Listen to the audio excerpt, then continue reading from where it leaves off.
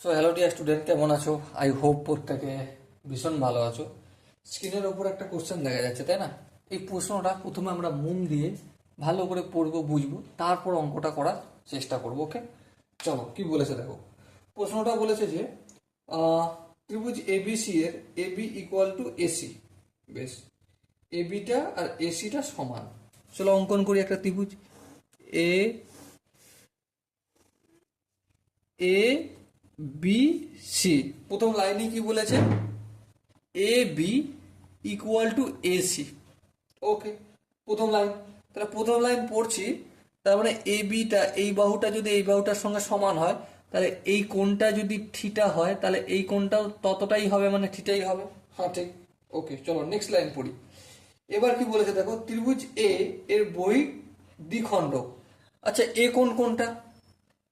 এইটা হচ্ছে এ কোণ। এ কোণের অন্তঃকোণ এটা। বহিঃকোণ বলতে এই রেখাটা টানবো, আর এখানটা হবে ত্রিভুজ এ কোণের, ত্রিভুজ এ কোণের বহিঃখণ্ড, বহির্ভাগ।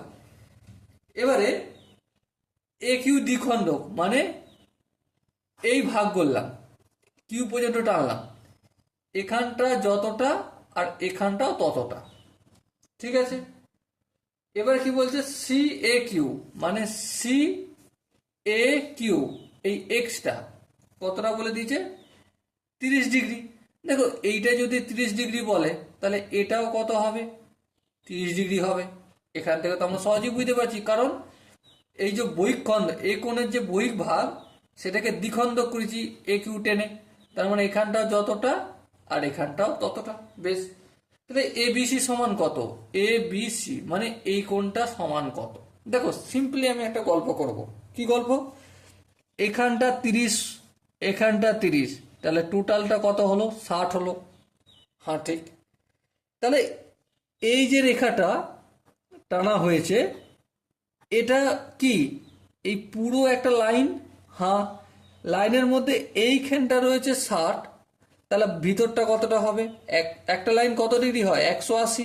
হ্যাঁ, 180-র মধ্যে এখানটা যদি 60 হয়ে যায়, এখানটা কি হবে? 120 হবে, তাই তো? তার মানে এখানটা 120 ডিগ্রি। হ্যাঁ ঠিক। এবার দেখো, ত্রিভুজের তিনটে কোণের সমষ্টি কত? 180। তাহলে এই কোণটা মানে 120 ডিগ্রি, প্লাস এই কোণটা প্লাস থিটা, প্লাস এই কোণটা মানে প্লাস থিটা, তিনটে কোণের সমষ্টি 180 ডিগ্রি। ওকে, এবার দেখো, এই 120টা অপোজিট দিকে যাবে, তাহলে 2θ equal to 180 degree minus 120 degree. তাহলে 2θ সমান কত পেলাম? 60 ডিগ্রি। হ্যাঁ ঠিক। তাহলে থিটা সমান কত? 30 ডিগ্রি।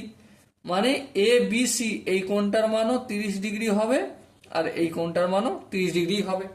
সো এখানে দেখো যে চারটা অপশন আছে, তার মধ্যে option A is the right answer. Okay, so dear student, I hope এই কোশ্চেনের প্রতিটা স্টেপ বোঝা গেছে। যদি কোনো স্টেপ বুঝতে অসুবিধা থাকে, ডাউট থাকে বা কনফিউশন থাকে, তার জন্য কি করতে হবে? কমেন্টে জানাতে হবে। ওকে, সো দেখা হচ্ছে পরবর্তী সেশনে। ততক্ষণ পর্যন্ত ভালো থেকো, সুস্থ থেকো এবং জয় হিন্দ।